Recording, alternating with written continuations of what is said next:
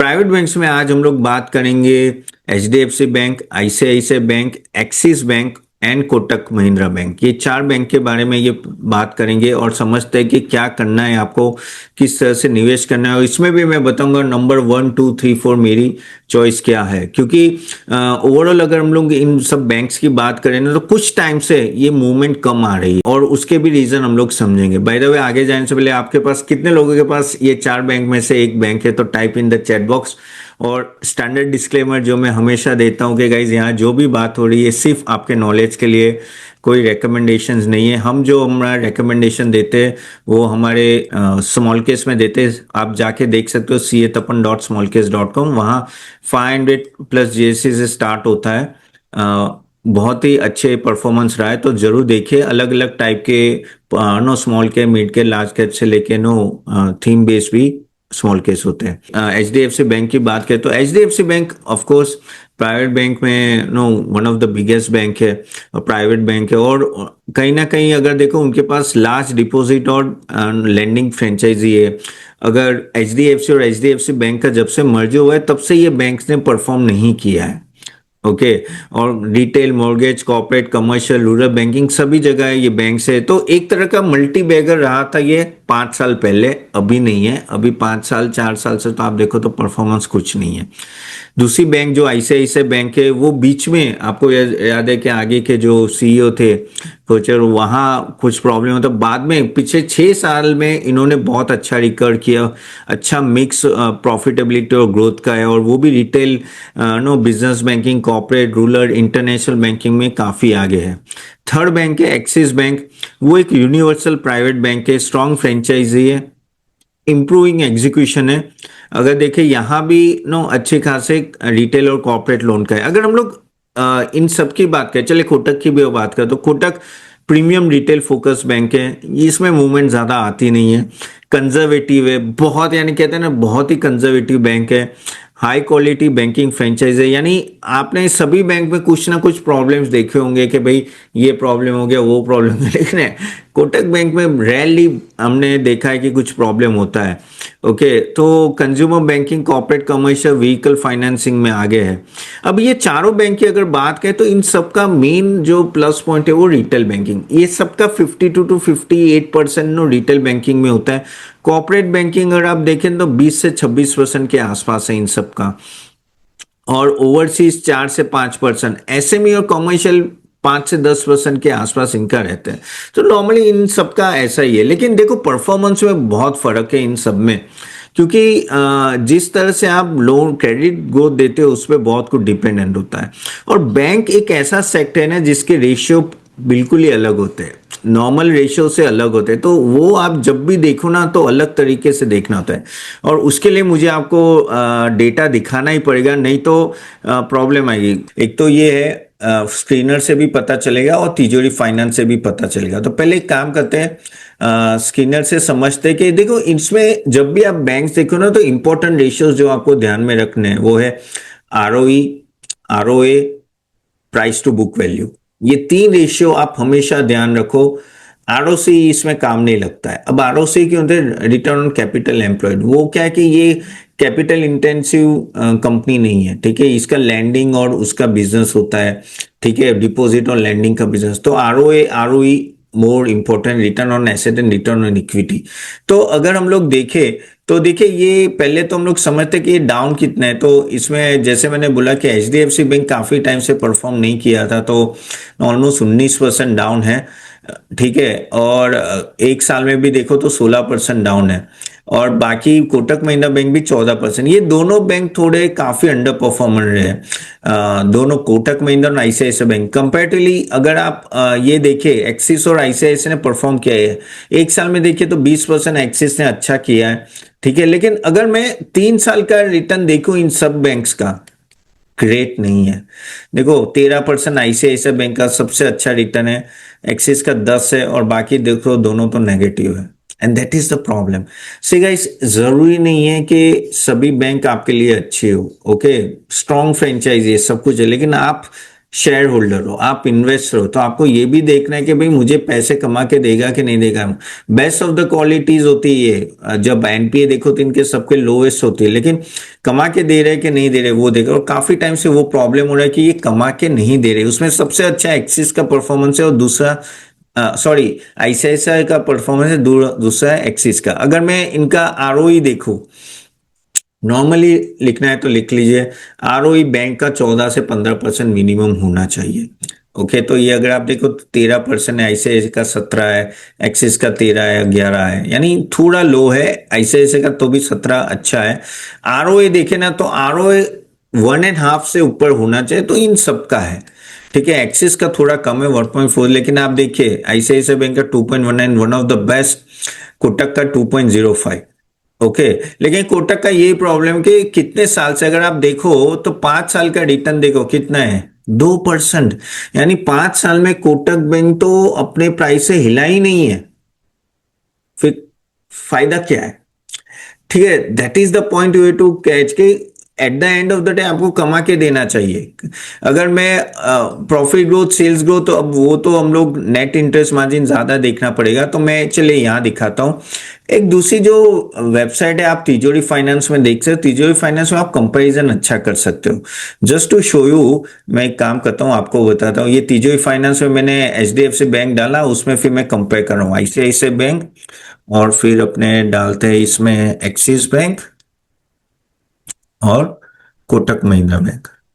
ठीक है, अभी देखिए ये इंपॉर्टेंट रेशियोज आपको देखने, और ये रेशियोज देखने चाहिए जब भी आप बैंक को इवेल्युएट करते हैं। हम भी जब हम कोई स्टॉक रिकमेंडेशन देते हैं और हमारे जो मॉडल पोर्टफोलियो स्मॉल केस में होते हैं, तो हम लोग ये बहुत ही ध्यान से देखते हैं। तो देखो कासा रेशियो, कासा रेशियो क्या होता है? Current account saving account ratio. ये जितना ऊपर हो उतना अच्छा। अभी देखिए ये चारों बैंक अगर आप देखोगे तो यहां देखिए कि कोटक महिंद्रा बैंक का 60%, एचडीएफसी का 47, आईसीआई का 44 और एक्सिस का 44। ये 2021 में इतना था। अभी देखिए ये सबका रेशियो गिर गया। क्यों गिरा? ओके, कि इन सब का रेशियो क्यों गिरा पहले से? द रीजन वो है कि अभी लोग का कहते हैं ना, एफडी में थोड़ा डिपॉजिट में उनको इंटरेस्ट रेट कम मिल रहा है। देखिए जैसे जैसे अपनी कंट्री है ना डेवलप कंट्री की तरह जाएगी तो इंटरेस्ट रेट कम होगा। पहले आपको याद हो तो हम 8-8, 10-10% भी डिपॉजिट में मिलते थे कुछ साल पहले। अभी कितना मिलता है? 5-6-7%। और जो सेविंग अकाउंट में तो 3 से 4% मिलता है। करेक्ट। तो क्या होता है कि जैसे जैसे इकोनॉमी ग्रो अप होती है इंटरेस्ट रेट कम मिलने लगते हैं, वो हर एक इकोनॉमी। इसलिए आपको यूएस को पता है 1%, 2% था। जापान में तो एक समय पे नेगेटिव चला गया था। तो हम भी उस लेवल पे जा रहे, तो आगे जाके डिपॉजिट रेट कम हो जाएगा। अब जब से डिपॉजिट रेट कम होता है तो करंट अकाउंट, सेविंग अकाउंट जो कासा है वो भी कम होता जाएगा। तो आप देखो ये कम हो रहा है। पहले 60 तक कोटक का, अभी देखो कितना है, 3 साल में, 5 साल में 43 है। दूसरा, मार्केट ऊपर जाता है तो लोग पैसा डिपॉजिट से हटा के सेविंग अकाउंट से एसआईपी करते हैं, म्यूचुअल फंड करते हैं, तो बैंक में से जाके इन्वेस्टमेंट में जाता है। इसलिए आपका कासा रेशियो, आप ये बोलोगे कि तपन क्या ये कासा कासा रेशियो ये 43, 42 ये सब है, क्या वो बढ़ सकता है? नहीं बढ़ सकता है। ये ज्यादा नहीं बढ़ेगा, 1-2% ऊपर जा सकता है, लेकिन जो पहले का जो रेशियो था वो नहीं होगा। अब ये बैंक के लिए डिसएडवांटेज कैसे होता है? बैंक का काम क्या है आप समझो। बैंक का काम है कि कहीं से डिपॉजिट मिलता है, जो उसको वो समझ लो 5% देता है। ओके, समझ लो फॉर एग्जांपल एचडीएफसी बैंक है, डिपॉजिट मिल रहा है, वहां 5% दे रहा है, चलो 6% दे रहा है, 6% दे रहा है, और उसके सामने वो लोन दे रहा है, होम लोन। होम लोन में वो 11% ले रहा है। तो उसका डिफरेंस क्या हुआ? 11 - 6, 5% उसका फायदा हुआ, और 5% में से समझ लो वो 1-2% कुछ एक्सपेंस है, तो 4% नेट इंटरेस्ट मार्जिन मिले, तो वो उसका ऑलमोस्ट प्रॉफिट हो गया।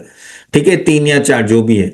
तो बेसिकली कहने का मतलब है कि डिपॉजिट क्या होता है? सबसे सस्ता फंडिंग होता है। अब जब आपका तो लैंडिंग का बिजनेस है, आपको तो लोन देने, अब डिपॉजिट रेट जैसे डिपॉजिट कम होता है तो क्या होता है? आपको बाहर से, अभी समझ लो आपको 100 का लैंडिंग करना है, अब डिपॉजिट मिला आपको 50, तो आपको 50 तो कहीं और से लाना है। ठीक है। अब वो 50 आप कमर्शियल कोई किसी और से आरबीआई से लेते हो या बाहर से लाते हो, कहीं और से पैसे लाते हो, इंडस्ट्री से लेते हो, तो आपको बेसिकली रेट ऑफ इंटरेस्ट ज्यादा देना पड़ेगा, तो आपका नेट इंटरेस्ट मार्जिन स्क्वीज होगा। Are you getting my point? And that is the thing is happening with many of the banks. और वो कासा जैसे कम होता है तो इनका मार्जिन में डायरेक्ट इंपैक्ट होता है। एंड ये हमेशा आपको ध्यान में रखना है जब भी आप नो बैंक्स को देखो। तो अभी क्या होता है कि बाहर से फंडिंग ज्यादा होती है, लेकिन क्योंकि आपका जैसे ये मैं बताता हूं, ये नेट इंटरेस्ट मार्जिन देखेंगे आप, तो ठीक है, ये देखिए ये सबके नीचे आए। एक समय पे 5.75, 4.9, 4.2 ऐसे थे, ठीक है। अब देखिए अब सीधा एक ऑलमोस्ट 1% नीचे आ गए। रीजन कारण ये है कि आपका कासा रेशियो कम होते जा रहा है और आप बाहर से फंडिंग ज्यादा ले रहे हो, और वो आप दे रहे हो, लोन दे रहे हो तो आपका कम हो रहा है। एंड ये आगे जाके आपको बहुत ही ध्यान से देखना है। प्लस आप देखोगे कॉस्ट टू इनकम रेशियो। अब ये कॉस्ट टू इनकम रेशियो क्या है? कॉस्ट टू इनकम रेशियो यानी ये हुआ कि आप जो इनकम कमाते हो उसके सामने आपका कॉस्ट कितना है। ओके, तो कॉस्ट टू इनकम रेशियो जितना कम होगा उतना अच्छा है। तो इसमें देखे तो एचडीएफसी बैंक का सबसे कम है और आईसीआईसीआई बैंक का काफी कम है, तो अच्छा है। अभी क्रेडिट टू डिपॉजिट रेशियो ये क्या होता है? ये सभी इंपॉर्टेंट रेशियो समझने के आपको कि credit to deposit ratio ideally 75 to 80% होना चाहिए। अब वो हुआ क्या है, देखो क्रेडिट टू डिपॉजिट यानी कि आपको डिपॉजिट 80 का मिलता है और आप क्रेडिट देते हो 100 रुपए का, तो 20 रुपए का तो गैप हो गया। तो वो डेंजर है थोड़ा, क्योंकि उसके लिए आपको फिर अपना बफर रखना पड़ता है। नॉर्मली 80 होता है ना, sorry deposit, my mistake, deposit 100 का है तो उसके सामने क्रेडिट कितना देते हो? तो 80 देते हो। तो बेसिकली क्या होता है कि वो जो डिफरेंस होता है ना, वो आपका बफर है। तो बफर जितना कम होगा आपके लिए टेंशन है। 100 के ऊपर हुआ तो अलार्म है। तो एक समय पे अगर आप देखो ना तो एचडीएफसी बैंक का 100 के ऊपर चला गया था। तो क्या हुआ कि इसके वजह से, उसके वजह से क्या हुआ कि आपका, आप क्रेडिट ग्रोथ देखो एचडीएफसी बैंक का काफी गिर गया था बाद में 2 साल से, जब से वो मर्जर हुआ और वो सब। And that was one of the reason क्यों एचडीएफसी परफॉर्म नहीं कर रहा है। क्रेडिट टू डिपॉजिट रेशियो अगर 80 होता है तो बहुत ही अच्छा है, लेकिन 80 किसी का नहीं है। आईसीआईसीआई बैंक का तो भी 85 है, कोटक महिंद्रा का 86 है, पीएसयू का कम है, वो मैं आपको दिखाऊंगा। तो ये जितना ज्यादा है उतना वो क्रेडिट कम दे पाएंगे। आई नो थोड़ा गाइस ये थोड़ा टेक्निकल है, लेकिन ये समझना बहुत ही जरूरी, क्योंकि बैंक्स एक ऐसी सेक्टर है कि जहां आप इन्वेस्ट करोगे, और आपको भी पता है कि एनए निफ्टी में सबसे ज्यादा फाइनेंशियल्स का, बैंक्स का ही सबसे बड़ा वेटेज है। Okay, so that credit to deposit ratio जितना कम होता है वो अच्छा है। दूसरा अगर आप देखो, जैसे मैंने बोला नेट इंटरेस्ट मार्जिन तो अभी सबका गिर रहा है, मैंने ऑलरेडी आपको बताया। और एनपीए, अगर एनपीए देखिए उसमें भी आप नेट एनपीए देखिए। अब देखिए ये नेट एनपीए अगर आप चारों बैंक का देखेंगे तो ऑफ कोर्स 2018 में आईसीआईसीआई बैंक का प्रॉब्लम हुआ था, आपको पता है, और एक्सिस बैंक का भी हुआ था, और बाद में उन्होंने कंट्रोल किया। और बाद में देखिए कि अगर आप देखें तो अभी ऑप्टिमम यानी इससे कम हो ही नहीं सकता। देखिए 0.3, 0.37 पॉइंट, अब इससे कम क्या होगा? जीरो तो नहीं हो सकता ना, करेक्ट। और इसके वजह से अभी ऐसी चीज है कि थोड़ा भी अगर एनपीए बढ़ता है तो स्टॉक प्राइस गिर जाते हैं, इंप्रूवमेंट के चांसेस थोड़े कम हो जाते हैं। क्यों कम हो जाते हैं आप समझिए, क्योंकि आपका जो नेट एनपीए है इतना नीचे चला गया, अब उससे कम नहीं हो सकता। लेकिन 5 से, जैसे यहां से अगर कोई आईसीआईसीआई बैंक ने इस लेवल पे लिया होगा तो आज वो जबरदस्त कमाया होगा, क्योंकि तब स्टॉक प्राइस गिरा हुआ होगा। और जैसे जैसे एनपीए कम होते जाते हैं उनको फायदा होता है। और एनपीए क्यों इंपॉर्टेंट है? क्योंकि एनपीए एक बार होता है ना तो आपका पूरा प्रॉफिट ही खा जाता है। यानी 100 करोड़ का एनपीए आया तो 100 करोड़ का प्रॉफिट ही चला गया। And that is what you have to keep in mind. तो एनपीए एकदम ही ऑप्टिमम लेवल पे। कॉस्ट ऑफ बोरोइंग देखे तो इन सबका ऑलमोस्ट 5 है, 4 है, 4.5 के आसपास है। पहले थोड़ा ज्यादा था, थोड़ा कम हो रहा है। अगर इंटरेस्ट रेट कम होता है तो इनको डायरेक्टली फायदा होता है, ठीक है। So this are the important ratios you have to keep in mind. तो अगर आप लोग देखें कि ये सब रेशियो में सबसे अच्छे किसके हैं, तो ऑफकोर्स नो आईसीआईसीआई बैंक के काफी अच्छे रहे हैं। कोटक के भी अच्छे, एचडीएफसी के भी अच्छे, लेकिन कोटक और एचडीएफसी काफी सेफ खेला है, काफी सेफ खेला है। अब यहां से क्या लग रहा है वो बहुत इंपॉर्टेंट है। यहां से देखिए बहुत इंपॉर्टेंट है कि आपको समझना कि यहां से ग्रोथ जो आएगा वो क्रेडिट ग्रोथ से आएगा, क्योंकि most of the private bank जो है, ये चारों बैंक की मैं बात करूं तो 10 से 12% से वो बेसिकली क्रेडिट ग्रोथ दे रहे हैं। ओके, क्रेडिट दे रहा है ईयर ऑन ईयर ग्रोथ, जबकि पीएसयू बैंक से ना 17-18% से ग्रो कर रहे हैं क्रेडिट ग्रोथ, और उसके वजह से पीएसयू बैंक का वैल्यूएशन एक्सपांड हुआ कुछ साल में और प्राइवेट बैंक का श्रिंक हुआ। अभी उस लेवल पे आ गए कि प्राइवेट बैंक ऑलरेडी काफी नीचे है और पीएसयू बैंक काफी ऊपर चढ़ गए, तो दोनों का जो गैप है वो काफी कम हुआ है। अगर मैं प्राइस टू बुक वैल्यू देखूं, सॉरी वो मैं बताना भूल गया, वो बहुत ही इंपॉर्टेंट रेशियो जो आपको देखना है। अगर मैं प्राइस टू बुक वैल्यू यहां देखे हम लोग, जस्ट अ मिनट, या सो देखिए H D F C bank का 2.1 है, आईसीआईसीआई बैंक का 2.74, Axis bank 1.86, Kotak Mahindra bank 2.14। ICICI bank extremely महंगा है लेकिन सबसे अच्छा परफॉर्मर है। ये भाई साहब तो बहुत पहले महंगे थे, ये तो कम हुआ है। और कोटक महिंद्रा बैंक भी उस तरह से महंगा है। ओके, तो वैल्यूएशन ऐसे नहीं है सस्ते है। हाँ, एचडीएफसी का अगर आप देखो तो अपने हिस्टोरिकल एवरेज से काफी सस्ता है, लेकिन प्रॉब्लम ये है कि ग्रोथ नहीं दिख रहा है। एंड यू, और ये कोटक एचडीएफसी बैंक अगर आप मुझे फॉलो करते हो कुछ साल से, मैं हमेशा नेगेटिव रहा हूँ। मुझे पता नहीं, समहाउ इतना बड़ा हाथी है कि चलने में टाइम लगेगा और चलने से ज्यादा उसका क्रेडिट ग्रोथ नहीं आ रहा है, बहुत ही कंजर्वेटिव। सिमिलरली कोटक बैंक भी मुझे कभी भी अच्छी नहीं लगी इन्वेस्टमेंट के लिए। हाँ, ICICI bank, Axis bank, I feel they are better. तो अगर मुझे रैंकिंग भी अगर देनी है, यहाँ से भी किस तरह से ग्रोथ लग रहा है मुझे, तो अगेन कोई रिकमेंडेशन नहीं है, just for your knowledge, but I always give no ICICI bank first, Axis second, third and fourth में तो H D F C Kotak, दोनों में से जो लेना है ले लो। तो भी थर्ड में एच डी एफ सी रखूंगा, फोर्थ में कोटक रखूंगा। बट यस, डिफिकल्ट है मूव होना। अगर लेस अनलेस ये सब कंपनियां 15-17% का क्रेडिट ग्रोथ नहीं लाएंगे, ये नहीं ग्रो करेंगे, क्योंकि पीएसयू बैंक जबरदस्त क्रेडिट ग्रोथ ला रहे हैं। एनपीए परफेक्ट है, एनपीए बहुत ही अच्छा मेंटेन किया है, लेकिन आपको प्रॉफिटेबिलिटी तो बढ़ानी पड़ेगी ना। And that is what you have to keep in mind जब भी आप ये बैंक में इन्वेस्ट करो।